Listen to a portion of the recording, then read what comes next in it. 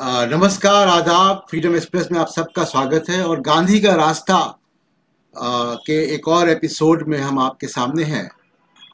आज जिस विषय पे हम बात करना चाहते हैं वो बहुत गंभीर एक सामाजिक समस्या बन के आ गया है, जो एक समाज का एक खूबसूरत पहलू है। यानी दो महिला पुरुष मिले, वो किसी भी कौम के हों, किसी भी जाति के हों, किसी भी पृष्ठभूमि से आते हों, और वो आपस में अपनी शादी करें या विवाह करें, ये एक समाज का बहुत खूबसूरत पहलू है।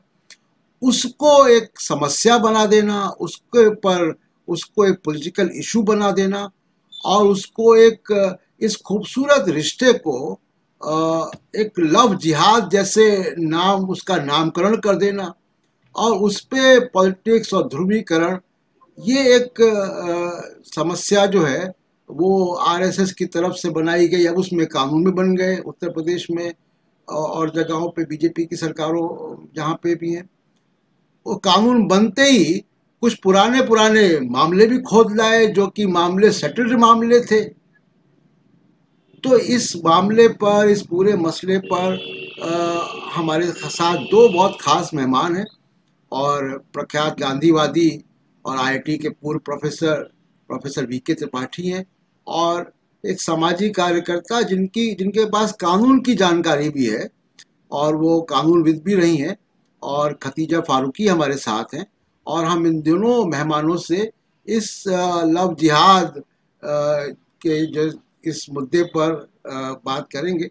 और एक बात और मैं जोड़ दूं इसके पहले कि मेहमान हमारे अपनी बात रखें, कि ये जो मुझे लगता है कि महिलाओं के अधिकारों को सीमित करने का एक आरएसएस का एक वो है, प्रोपेगेंडा है, कि महिला अपनी मर्जी से, हिंदू महिला अपनी मर्जी से अपने शौहर को ना चुने, अपने अपने साथी को ना चुने, तो ये उसके अधिकारों को भी वंचित करने का एक प्रयास है। तो प्रोफेसर त्रिपाठी, मैं आपसे ही शुरू करता हूँ कि ये एक आरएसएस की जो तमाम सारे उनके, क्या कहें कि उनके झोले में जो तमाम सारी नफरत की चीज़ें हैं, तो उसमें से एक अभी उन्होंने नया निकाला, लव जिहाद। इसको कैसे देखते हैं, और इसमें मतलब गांधी जी का क्या एक महिलाओं और पुरुष के रिश्ते पे उनका क्या दृष्टिकोण था? बहुत बहुत शुक्रिया प्रशांत। पहले तो मुझे बड़ी खुशी है कि आपने एक बहुत ही रेलेवेंट मसले पर आज चर्चा रखी है। सबसे पहले तो लड़की और लड़के दोनों मुकम्मल एंटिटीज हैं, अपने आप में उनका इंडिपेंडेंट हैसियत है, मुकम्मल पर्सनैलिटी है। और शादी ब्याह जो होता है वो जब दो लोगों में एक दूसरे के लिए सरोकार, एक दूसरे के प्रति समझदारी, साथ साथ रहने की भावना हो, तभी रिश्ता होता है। और उसमें इंसान के ऊपर किसी किस्म की बंदिश, क्योंकि जाति, धर्म, हैसियत भी, ये सारी की सारी हमारी नकली ऊपरी बंदिशें हैं जो हमने थोप रखी है इंसान के ऊपर। इंसान इसका वजूद इससे बहुत बड़ा है। लिहाजा शादी ब्याह में इस प्रकार के कंसिडरेशन होते तो हैं। मैंने भी अपनी बहनों की शादियां की तो ब्राह्मण लड़की तलाश है उनके लिए, क्योंकि समाज में एक परिपाटी चल पड़ी है, तो एक प्रेशर के तहत तो ऐसा किया। लेकिन वो कोई आदर्श और सबसे अच्छी सूरत नहीं है।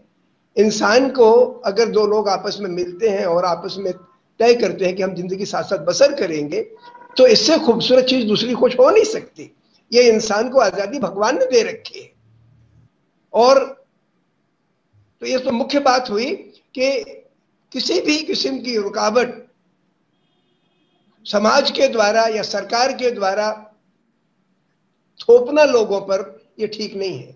हाँ, ये तो ठीक है कि भाई शादी की उम्र 18 साल से कम ना हो, वगैरह वगैरह, वो तो चीजें ठीक है एक कायदे के बाद। मतलब क्योंकि जब शादी हो जाती है तो फिर लोगों में झगड़े फसाद भी, झगड़ा तंटा भी चालू हो जाता है, तनाव भी पैदा होता है, तो वो टिके, इसके बारे में तो कायदे कानून समझ में आते हैं, वो ठीक है।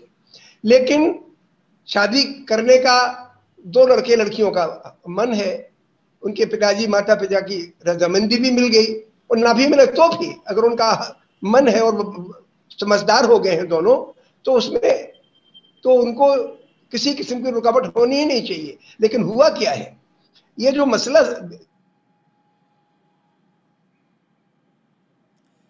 त्रिपाठी जी का ऑडियो नहीं मिल रहा है। खतीजा जी के दिमाग में ये है कि मुसलमान जबरन हिंदू लड़कियों को फुसला लेते हैं या उनको किडनैप कर लेते हैं, उनसे विवाह कर लेते हैं। पार्टीशन के समय तो ऐसा हुआ, हिंदू लड़कियों के साथ भी हुआ, मुसलमान लड़कियों के साथ भी हुआ। दंगे फसाद में जब एक्सट्रीम वायलेंस होता है तो उस वक्त तो ये जुल्म होता है, लेकिन वो तो एक एक्सट्रीम सिचुएशन है, और ऐसी सिचुएशन में तो शादी करने का कोई मतलब नहीं है कि किसी को गिरफ्तार कर लिया, आपने पकड़ लिया, दगा से आप धोखे से ले आए, तो वो तो गलत है। लेकिन आप जमीनी हकीकत को समझें। इस वक्त हिंदुस्तान में लड़कियों की सूरत बहुत खराब है। अकेले महाराष्ट्र में 1 लाख परित्यक्ताएं हैं। हिंदुस्तान में, ये हिंदू समाज की बात कर रहा हूं मैं, अभी खतीजा तो और जानकारी देंगी, बिहार में डायन प्रथा है। औरतों को अगर बच्चे नहीं होते साल 2 साल तो कहते हैं ये बहुत गलत औरत है, एंड सो ऑन, तो बांझ है। अब इस प्रकार के जो समाज में लड़कियों के लिए लड़के तलाशना बहुत भारी काम है। मैं अपनी बहनों की जब शादी के लिए लड़के तलाशता था, it was terrible, very difficult. हमारे गांव के लोगों लेकिन जात में बंधे हुए हैं, तो हमें कोशिश तो यह करनी चाहिए कि जात का बंधन टूटे, धर्म का बंधन टूटे, लोग शादी ब्याह अपनी मर्जी से कर सके तो उनकी अपॉर्चुनिटीज बढ़ेंगी।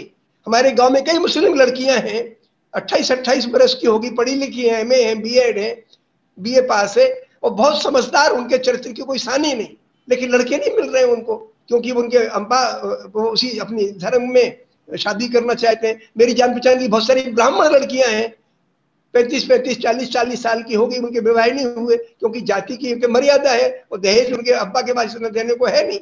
कॉन्सिक्वेंटली आप इस प्रकार के मसलों को तो उठाते नहीं है जो रियल इश्यूज हैं लड़के लड़कियों के संबंधों के, और इस प्रकार की चीज सिर्फ बताने के लिए, बिल्कुल जिसका कोई बेस ही नहीं है, जिसकी कोई बुनियाद नहीं है, रत्ती भर जिसमें सच्चाई नहीं है, आप उंगली उठा देते हो कि ऐसा हुआ। मैं तमाम लड़कियों को जानता हूं, मुस्लिम लड़कियों को जिन्होंने हिंदू लोगों से शादी की, और तमाम ऐसे मुस्लिम लड़कियों को जानता हूं, सॉरी हिंदू लड़कियों को जानता हूं जिन्होंने मुसलमानों से शादी की, सिखों से शादी की, ईसाइयों से शादी की। काफी शहरों में काफी दिखता है काफी। और भाई इसमें बुरा क्या है भाई? हमारे तो कई अमेरिका में हमारे चाइनीज प्रोफेसर थे, उनकी शादी अमेरिकन महिला से हुई, और अमेरिका में तो लगभग 50% शादियां, फिर कई लोग तलाक हो जाते हैं तो दूसरी शादी करते हैं। तो उसमें धर्म वगैरह का कंसिडरेशन, यहाँ तक के नस्ल का भी कंसिडरेशन बहुत कम मामूली होता है। खतीजा जी, आप हिंदुस्तानियों को गोरी लड़कियों से शादी करते देखा है, व्हाइट लोगों को हिंदुस्तानी लोगों से शादी करते देखा है, and I think it's must be respected all over. हाँ, ये बड़ा नेचुरल प्रोसेस है और ये खूबसूरत पहलू है समाज का। और खतीजा जी, मैं आपसे जानना चाह रहा हूँ इस कानून के बारे में। मतलब हम लोग तो बचपन से कहावत सुनते आए हैं कि मियाँ बीबी राजी तो क्या करेगा काजी। तो यहाँ 2 महिला पुरुष के किसी भी धर्म के जाति के हों, अगर वो वयस्क हैं, तो यहाँ सरकार का, पुलिस का क्या काम? देखिए, 2 चीजें कहना चाहूंगी शुरुआत करने के लिए। त्रिपाठी सर ने बेसिक बात तो कही दी। 2 चीजें बहुत इंपॉर्टेंट है इसमें समझने वाली। पहली बात तो जो सरकार जो चीज लाई है ना, वो अध्यादेश है। वो एक बड़ी टेम्परेरी चीज होती है। अध्यादेश एक टाइम बाउंड चीज होती है ना, वो थोड़े दिन के बाद अपने आप एक्सपायर हो जाता है। विधानसभा से पास ना हो तो नहीं, वो पास हो जाने पर भी वो टाइम बाउंड होता है। अध्यादेश परमानेंट नहीं होता है। तो कानून उसको बनाया जा सकता है अध्यादेश को, अगर जैसे कई सारे ऐसे कानून थे जो पहले अध्यादेश बने, 2 बार 3 बार आए, उसके बाद फिर उस पर एक बाकायदा बिल प्रेजेंट हुआ और लॉ बना दिया गया। खैर, ये इसके पीछे मकसद, जैसे त्रिपाठी जी कह रहे हैं कि मुसलमानों को जलील करना है, वो सेकेंडरी मकसद है। वो तो एक तीर से 2 शिकार हो रहे हैं। बेसिकली जो अभी पूरा एक माहौल पूरे मुल्क में बनाया गया है कि प्यूरिटन हिंदू सोसाइटी बनानी है, तो जब प्योर हिंदू सोसाइटी बनानी है तो प्योरिटी का पूरा जो भार होता है ना, पूरा जो प्रेशर होता है, वो महिला की प्योरिटी से होता है और महिला की यौनिक प्योरिटी से होता है।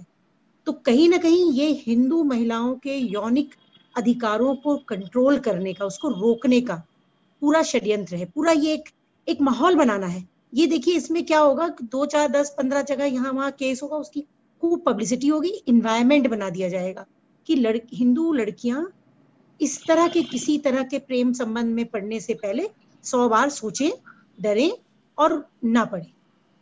साथ में उनको लगा ये बढ़िया बात है। त्रिपाठी जी आप अपना वीडियो, लड़कों पर भी, त्रिपाठी सर अपना वीडियो ऑन कर लें आप। जी जी थोड़ी देर में मुसलमान लड़कों पर भी इसकी गाज थोड़ी बहुत गिरा लेंगे। ये जो लड़के अफेयर में होंगे उनको ये गिरफ्तारी कर सकेंगे, उन्हें जेल भेज सकेंगे, उनके ऊपर थोड़ी प्रताड़ना कर सकेंगे और थोड़ा उनके भी खिलाफ एक नफरत का माहौल जो ऑलरेडी बिल्डअप हुआ है उसको और थोड़ा घी चक्कर उसमें पड़ जाएगी, थोड़ा और वो चोखा हो जाएगा। एक्चुअली जो समझने वाली चीज ये है कि अब क्या है कि जैसे हमारे लॉयर फ्रेटर्निटी में यहाँ वहाँ हम लोग जब बात करते हैं, लोग कहते हैं इसमें कोई रोका थोड़ी है। इन्होंने कहा 1 महीना पहले डीएम से परमिशन ले लीजिए। अब मैं आपको हकीकत बताती हूँ। मैं बहुत सालों से, जैसे आपने बताया, मैं लीगल एड का काम करती हूँ, महिलाओं को, पुरुषों को कानूनी अधिकारों पर जानकारी देती हूँ, उनको कानूनी तौर पर मदद करने की कोशिश करती हूँ। पिछले 25-26 सालों में काम करने के दौरान मैं अभी जब ये मामला चल रहा था तो मैंने अपने केसेस गिनना शुरू किया कि कितनों की मैंने शादियां करने में मदद करी है। तो मैं बहुत मोटे रूप में अपने फोन डायरेक्टरी और यहाँ वहां से गिना के जो मैं 3,500 पे पहुंची हूँ। बहुत पुराने वालों के तो नंबर भी चले गए होंगे, मुझे याद भी नहीं होगा। तो पिछले ये लॉकडाउन के पीरियड में, जो लॉकडाउन चला 7-8 महीना और जो पहले 4 महीने के लॉकडाउन, उसी पीरियड में मैंने करीब 9 कपल्स को मदद करी शादी करने के लिए, जिसमें से कि 4 इंटर रिलीजियस कपल थे, मुस्लिम और हिंदू कपल था, जिसमें 4 में 3 हिंदू लड़कियां थी, मुस्लिम लड़के से शादी कर रही थी, और एक मुस्लिम लड़की थी जो एक सरदार लड़के से शादी कर रही थी। अब इसमें समस्या क्या है? पहली बात तो ये है कि भाई इश्क है, सोच समझ के तो होता नहीं है। अरेंज मैरिज तो है नहीं कि हम देखें कि ब्राह्मण है कि नहीं, गोत्र मिल रहा है कि नहीं, 36 गुण मिल रहे हैं कि नहीं। ये तो मोहब्बत है, जो खुदाई जज्बा है, जो बहुत रूहानी जज्बा है। वही मोहब्बत जो मीरा को कृष्ण से हुई थी, वही मोहब्बत किसी मुस्लिम लड़की को हिंदू लड़के से भी हो सकती है, हिंदू को किसी मुसलमान से भी हो सकती है। तो मोहब्बत बहुत रूहानी जज्बा है, इसमें कानून, कायदा, रिवाज, रस्म, ये सब कुछ रोल नहीं प्ले करते। देखिए, ये जब योगी जी ने जब ये अध्यादेश पारित किया तो मुझे तो संत वैलेंटाइन की याद आई। उनके टाइम में भी राजा ने डिक्लेयर किया था कि कोई प्यार नहीं करेगा, प्यार करके कोई शादी नहीं करेगा। तो ये तो देखिए राजा है, और राजा अपनी पावर दिखाने के लिए कि हम किस तरह आपके निजी जीवन को भी कंट्रोल कर सकते हैं, आपकी निजी भावनाओं पर भी मेरा पहरा हो सकता है, ये बताने की कोशिश हो रही है। और किसी भी समाज को अगर कंट्रोल करना होता है तो सबसे पहले उस समाज की महिलाओं को कंट्रोल किया जाता है, और ये महिलाओं को कंट्रोल करने का एक तरीका है। और आप ये भी समझें कि इस देश में जो भी ये नफरत का पूरा बाजार गर्म हो रहा है, आप जहां भी देखिए, जब मोहब्बत की बात होती है या नफरत के प्रतिकार की बात हो रही है, औरतें सभी तरह के समाज समुदाय से निकलकर सड़कों पर आ रही हैं। ये काफी पिछले 2 सालों से 3 सालों से हम ट्रेंड देख रहे हैं। तो कहीं ना कहीं ये एक टूल है जो औरतों को थोड़ा डराने, दबाने, पीछे करने का है। अब अध्यादेश में कहा उन्होंने 1 महीना पहले डीएम से परमिशन लीजिए। प्रॉब्लम ये है कि इस देश में एक कानून है, विशेष विवाह अधिनियम, जिसके तहत 2 अलग मजहब के लोग शादी कर सकते हैं कानूनी तौर पर। भारत का संविधान मुझको right to life and liberty में चॉइस ऑफ पार्टनर भी देता है कि मैं किसी के साथ भी अपनी जिंदगी बिता सकती हूँ, शादी करके या बिना शादी के भी। अडल्ट हूँ तो मैं किसी के साथ भी रह सकती हूँ, उसमें मुझे कोई कायदा कानून आके बीच में टोक नहीं सकता कि तुम क्यों रह रही। मेरे एक केस में, जो यूपी का केस था, जब मैं हाईकोर्ट गई उन बच्चों के लिए प्रोटेक्शन मांगने, क्यों प्रोटेक्शन मांगने की जरूरत पड़ी? क्योंकि स्पेशल मैरिज एक्ट कहता है कि लड़का और लड़की वहीं शादी कर सकते हैं जहां उनमें से कोई एक दिन 90 दिन से ज्यादा रहा हो। उसके अलावा शादी करने के लिए मजिस्ट्रेट के दफ्तर में 1 महीने का नोटिस देना होता है। अब वो नोटिस मजिस्ट्रेट को पब्लिक प्लेस में डिस्प्ले करना होता है। मजिस्ट्रेट साहब क्या करते हैं, नोटिस उठाते हैं, लड़की के घर भेज देते हैं। तो कोई भी, अभी तक तो वो शायद जमाना नहीं आया, त्रिपाठी जी बिल्कुल सही कह रहे थे, हम लोगों का सामाजिक बंधन अभी भी इतना कड़क है कि अभी तक माँ बाप कोई धर्म के बाउंड्री तोड़कर अपनी लड़की के लिए लड़का तो खोजने निकलते नहीं है। तो जहां पर धर्म के भेद होता है, वहां पढ़े लिखे समझदार माँ बाप भी इसका विरोध करते हैं। अब ऐसे परिस्थिति में अगर माँ बाप के पास वो पहुंच गई नोटिस, उन्हें पता चल गया कि मेरी बेटी शादी कर रही है, तो आप सोचिए कि बेटी के साथ क्या होगा। मैंने ना जाने कितनी लड़कियां रेस्क्यू कराई हैं और मेरे पास रिकॉर्ड है और डेटा भी है एनसीआरबी का, न जाने कितनी लड़कियां मार दी जाती हैं इसी प्रकरण के कारण कि उन्होंने किसी अपने मजहब से बाहर व्यक्ति के साथ शादी करना तय किया। हाँ, पंचायतों के बारे में सुनते ही हैं। इतनी कठिन परिस्थितियों में आप और उसमें थोड़ा तड़का लगा के उसको और कठिन कर रहे हैं। जबकि अच्छी बात है, खुशी की बात है कि इलाहाबाद हाई कोर्ट ने इस अध्यादेश के आने के बाद भी एक अपने फैसले में कहा कि दो वयस्कों को एक दूसरे के साथ रहने से शादी या बिना शादी के कोई रोक नहीं सकता है। मैं ही एक केस लेके गई थी जिसमें इलाहाबाद हाई कोर्ट ने बहुत साफ तरीके से कहा था कि किसी भी कोई वयस्क है, अगर उसकी शादी लीगल नहीं है, वैलिड नहीं है, तो भी वो साथ रह सकते, उन्हें साथ रहने से कोई नहीं रोक सकता। और ये क्या होगा कि एक और बहुत बड़ा नुकसान होगा, जैसे सर ने कहा कि लाखों महिलाएं घरेलू हिंसा फेस करती हैं, डिजर्शन फेस करती हैं, पति लोग छोड़ देते हैं। ये तो हमारे यहाँ का बहुत बड़ा कर्तव्य होता है ना, पुरुष लोग पत्नियों को छोड़ के निकल लेते हैं अपने अलग राहों पे। और ऐसे केस में यदि अगर ये शादियां लीगली नहीं होंगी तो ये औरतें ज्यादा हिंसा की शिकार होंगी। इसलिए नहीं कि वो लड़की हिंदू है या मुसलमान है, इसलिए कि ये शादी एक ऐसी परंपरा है, शादी एक ऐसा सिस्टम है जिसमें औरत को सेकंड स्टेज पर रखा जाता है, सेकंड ग्रेड पे होती है। शादी परंपरा ही ऐसी है जो औरत को कम और मर्द को, पुरुष को मालिक और औरत को पति बनाती है ना। पति होता है वो, पति कौन होता है? लखपति, करोड़पति, कुलपति। वैसे मेरा पति मतलब मेरा मालिक जी। तो मैं हिंदू और मुसलमान, उससे कोई फर्क नहीं पड़ता। जब मेरी एक बार शादी हो गई, मेरा पति मेरा मालिक हुआ, तो ये परंपरा ही मुझको गुलाम और मालिक की परंपरा है। और इसमें यदि अगर शादी लीगली नहीं हुई है तो कानूनी तौर पे वो लड़की अपने राइट्स भी नहीं ले सकती है। उसके क्या हक बनते हैं जब शादी को ही आप इतना, जबकि हम लोग तो इतने दिनों से मांग कर रहे हैं कि स्पेशल मैरिज एक्ट को भी आसान किया जाए। एक एफिडेविट ले लीजिए कि मैं उसमें लोग ये जब देते हैं कि भाई हम इसलिए इसमें 1 महीने का नोटिस करते हैं कि कहीं ऐसा नहीं हो कि लड़के की पहले शादी हो रखी हो, वो झूठ बोल के लड़की से कर रहा हो। हमने कहा भैया वो तो अरेंज मैरिजेस में भी होता है झूठ बोल के शादी। ये मैरिज में माँ बाप झूठ बोल के लड़का शादी, ये जो स्थिति महिलाओं की है ना, मैं असम जब गया और एनआरसी का एक फैक्ट फाइंडिंग टीम में गया मैं, तो वहां मैंने देखा कि बहुत सी महिलाएं सिर्फ इस वजह से एनआरसी की लिस्ट के बाहर हो गई क्योंकि उनके फैमिली ने या उनके पिता ने या भाइयों ने कभी किसी प्रॉपर्टी में उनका नाम ही नहीं रखा। अब वो शादी के बाद सरनेम चेंज हो गया, तो वो कहाँ से साबित करेगी कि वो फला की, मतलब एक गुवाहाटी के एक विधायक की बेटी अपने आप को साबित नहीं कर पा रही। जी, मजेदार बात ये भी है कि जब हम पैदा होते हैं तो मेरे पिता के गांव में परिवार रजिस्टर में मेरा नाम चढ़ता है। जी जी जी। लेकिन जब मेरी शादी जिस दिन होती है, कोई दुनिया का काम अगर बहुत मुस्तैदी से किया जाए या ना किया जाए, बट ये काम बड़ी मुस्तैदी से होता है कि उसी दिन मेरा नाम परिवार रजिस्टर से काट दिया जाता है जिस दिन मेरी विदाई होती है। लेकिन मेरे ससुराल के परिवार रजिस्टर में मेरा नाम कभी नहीं चढ़ता।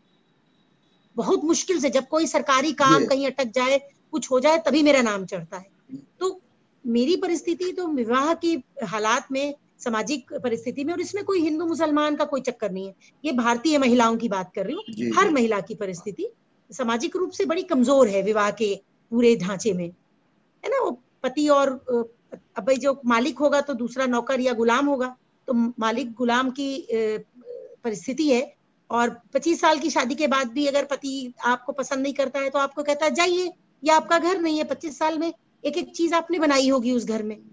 तो मेरा ये कहना है कि जो ये नए तरह के चीजें ला रहे हैं कानून वगैरह, ये हिंदू मुसलमान असल में नहीं है, ये औरतों को कमजोर करना और औरतों को और इस कठिन माहौल के अंदर बंद करना और ऐसा एक एनवायरनमेंट क्रिएट करना जहां औरतों को कोई राइट ना हो और वो कंट्रोल की जा सके। प्रोफेसर त्रिपाठी, प्रोफेसर त्रिपाठी, जो हमारा पूरा फ्रीडम स्ट्रगल है, उसके बाद जो संविधान आया, संविधान में फ्रीडम स्ट्रगल की भावना है पूरी की पूरी, उसमें महिलाओं के अधिकारों की, हर एक नागरिक के अधिकारों की बात है। हो क्या रहा है कि सरकारें जिस तरीके के कानून बना रही हैं और जिस तरीके से अदालतों का रवैया है, तो समाज को 21st सेंचुरी के समाज को ये 15वीं शताब्दी के समाज में ले जाने की, धकेलने का पूरा एक प्रयास हो रहा है। सरकारों को अपना रोल समझना चाहिए कि उनको उस संविधान ने जो उनको मैंडेट दिया है, इन विधानसभाओं को, पार्लियामेंट को और अदालतों को, वो एक बेहतर समाज बनाने का मैंडेट दिया है, उनको पीछे धकेलने का मैंडेट नहीं दिया है। सही है। मैं दो बातें रखना चाहता हूँ, एक एक्सट्रीम तकलीफदेह है और एक रोशनी की किरण है। तकलीफदेह बात यह है, अभी दिल्ली में दंगे हुए, नॉर्थ ईस्ट दिल्ली में, मैं उधर गया तो वहां पर मौजपुर मेट्रो स्टेशन के नीचे एक हिंदुओं का हुजूम, दंगाइयों का हुजूम जमा था, और जितनी वल्गर से वल्गर गालियां लड़कियों के लिए दी जा सकती हैं, भद्दी से भद्दी, बहुत एग्रेसिव टोन में दी जा रही थी। सामने मुसलमानों के घर थे। यह वही लड़के हैं जिनके लिए इस प्रकार के अध्यादेश ताकत देते हैं कि भाई मुसलमान लड़की तो बिल्कुल मिट्टी से भी कम, उसका कोई वजूद नहीं है, और मुसलमान यूथ को ये कह के कि उसका चाल चलन ठीक नहीं है, वो भगा रहा है हिंदू लड़कियों को, उसको कत्ल करो वैसे, और मुसलमान लड़कियों की इज्जत आबरू को हमला करो। ये सिग्नल है इन सरकारों को, इतनी चालाक है ये। अगर सिर्फ शादी करने वाले लड़के लड़कियों की बात होती तो थोड़ी देर के लिए उस पर अपन आर्गू कर भी सकते हैं। ये तो स्ट्रॉन्ग सिग्नल है against the youth of a community and against the girls of a community. किन के लिए सिग्नल है? ये दंगाइयों के लिए। जो हिंदुस्तान का ये जो सारी की सारी जो हिंदू सेनाएं, तमाम सेनाएं बन गई हैं, ये क्रिमिनल्स ही हैं जिनके अंदर इंसानियत छू नहीं गई, और इनके लिए सिग्नल है कि आप कहीं शादी हो रही है, लड़के लड़की मिल गए तो उनको मारो पीटो, एक की इज्जत लूटो, एक का कत्ल करो। एक हमारा जान पहचान का, एक हमारे दोस्त के जान पहचान का एक लड़का, शादी को कई साल हो गए थे, मुसलमान लड़का था, और एक बहुत ही बैकवर्ड क्लास की एक लड़की से, गरीब परिवार की, एक धोबी परिवार या ऐसी कुछ परिवार था, उस लड़की की शादी की थी, और उसकी लड़की का पिता मर चुका था तो उस परिवार की मदद भी करता था। एक दिन विश्व हिंदू परिषद के लोग आ गए और उस लड़के का मर्डर कर दिया। ये भाई जो, अब इनको ऐसे थोड़ी कि उस लड़की से हमदर्दी थी, कुछ नहीं था। ये तो एक लोगों का कत्ल करने का, जलील करने का एक बहाना तलाश रखा है। मैं समझता हूं कि ये कानून दो एतबार से गलत है। एक तो ये जो भगवान ने इंसान को जो आजादी दे रखी कुदरती तौर पर, कि अगर आप दो लड़के लड़कियां आपस में एक दूसरे को समझते हैं, साथ रहने का फैसला करते हैं, बड़े हो गए, तो फिर उनको हक है। तो एक तो उस पर हमला है, और दूसरा ये दंगाइयों के लिए एक मसाला है कि आप एक कम्युनिटी को जलील करो और उनके ऊपर जितने भी जुल्म कर सको करो, उनकी छूट दो। लेकिन एक दूसरी बात मैं गांधी की करना चाहता हूँ। गांधी जी ने शादियों में बहुत कम जाते थे वो, और दहेज वगैरह की शादी में तो हर किसी नहीं जाते। जब लगा कि कई लोग बुराने लग गए शादियों में, तो उन्होंने कहा कि आमतौर पर मैं उन्हीं शादी में जाना पसंद करूंगा जहां सवर्ण और दलित के बीच में शादी हो। तो हमारी जान पहचान के, तो हमसे काफी बुजुर्ग है, मेरे पिताजी की जान पहचान के कहे उनको, सुरेशराम भाई मैथमेटिक्स में उन्होंने एमएससी किया था, इलाहाबाद यूनिवर्सिटी के टॉपर थे, लेकिन जब उनका रिजल्ट आया तो जेल में थे सन 42 की लड़ाई में। खैर, तो जब उनकी शादी हुई तो केरल की, वो रहने वाले तो इलाहाबाद के थे, लेकिन उनकी शादी केरल, तो उसको गांधी जी ने आशीर्वाद दिया। क्यों आशीर्वाद दिया? कहने का उनका मतलब ये था कि समाज में ये जो घृणा फैल रही है धर्म की, जात की, अगर मनमर्जी से लोग शादी ब्याह करेंगे तो वो ये घटेगी। इस एतबार से उनका था। हालांकि मैं जानता हूं कि ये समाज में जाति या धार्मिक द्वेष से आज़ादी हासिल करने का कोई बहुत बड़ा रास्ता नहीं है। उसके लिए तो हमें अलग से कुर्बानी देने की जरूरत है। ये जो घृणा हमारे अंदर घर कर गई है धर्म की और जात की, उससे उबारने के लिए तो बहुत सारी बड़ी कुर्बानी देनी पड़ेगी। वही कुर्बानी जो गांधी ने दी थी। ये तो बहुत बड़ी बीमारी है। एक मास मूवमेंट चलाना पड़ेगा, मास मूवमेंट चलाना पड़ेगा। कोई कबीर चाहिए होगा हम लोगों को, तमाम सारे ऐसे लोग चाहिए होंगे जो कि सामाजिक मूवमेंट चला सके। कटिया जी, मैं आपसे जानना चाह रहा हूँ कि अध्यादेश तो आ गया, और उसको लेकर एक राजनीतिक वो भी है, मंसूबा भी है जो सामने दिख रहा है। पुलिस ने अपना काम तुरंत चालू कर दिया और वो गड़े मुर्दे उखाड़ने लगे। सेटल्ड केस, जो कि आज मैंने अखबार में पढ़ा कि वो एक ऐसा केस ढूंढ लाए कि जो राजी है परिवार दोनों। जी जी, मुझे जानती हूँ मैं उनको। और पुलिस की दिक्कत, पुलिस को दिक्कत है, परिवार राजी है, पुलिस को दिक्कत है। तो अब ये जो हैरेसमेंट चालू होगा, इसकी लीगल रेमेडीज क्या है?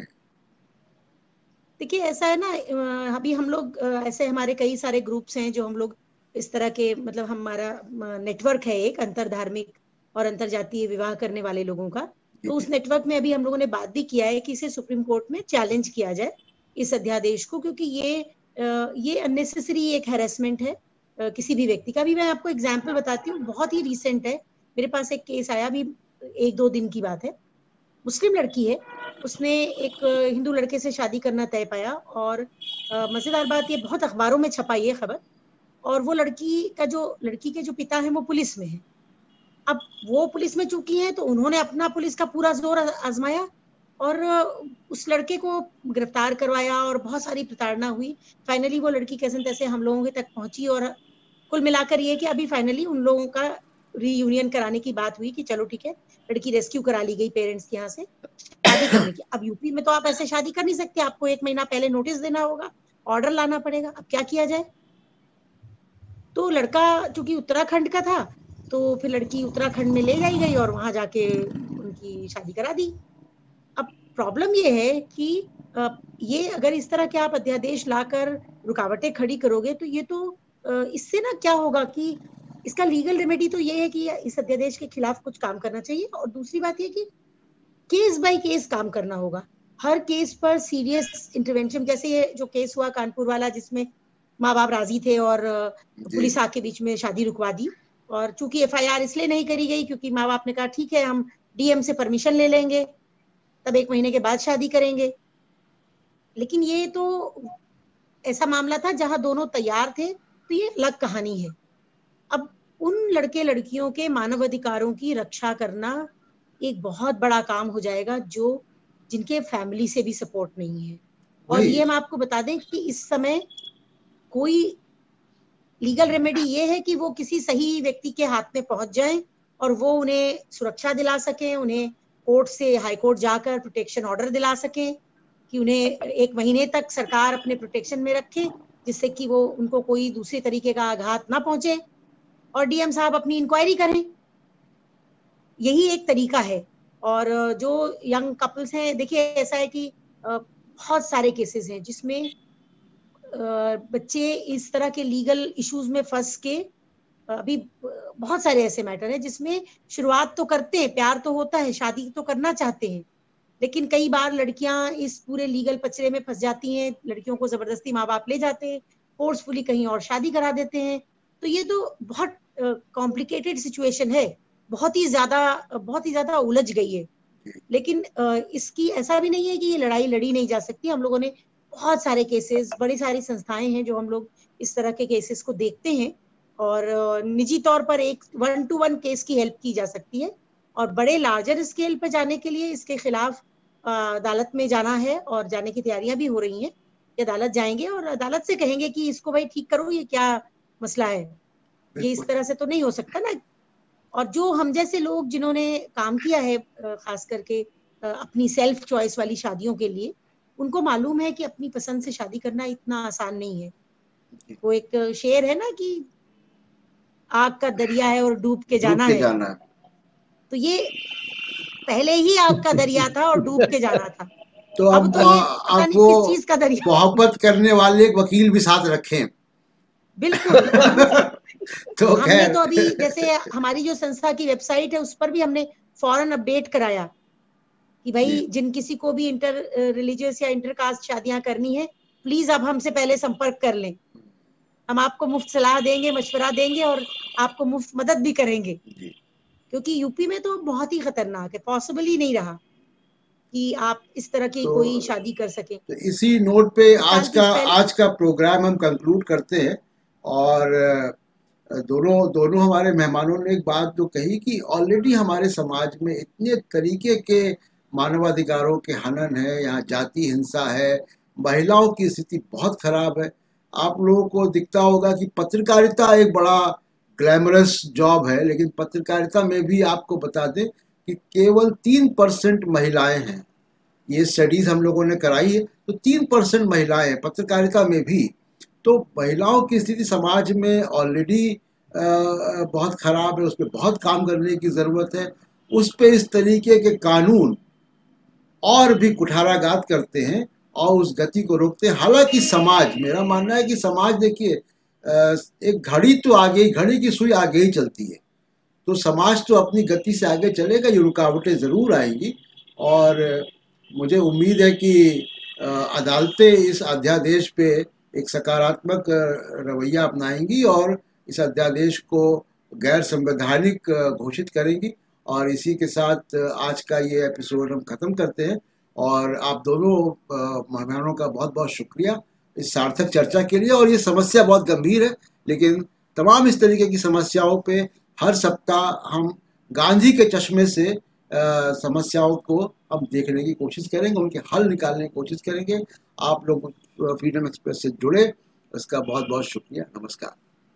शुक्रिया।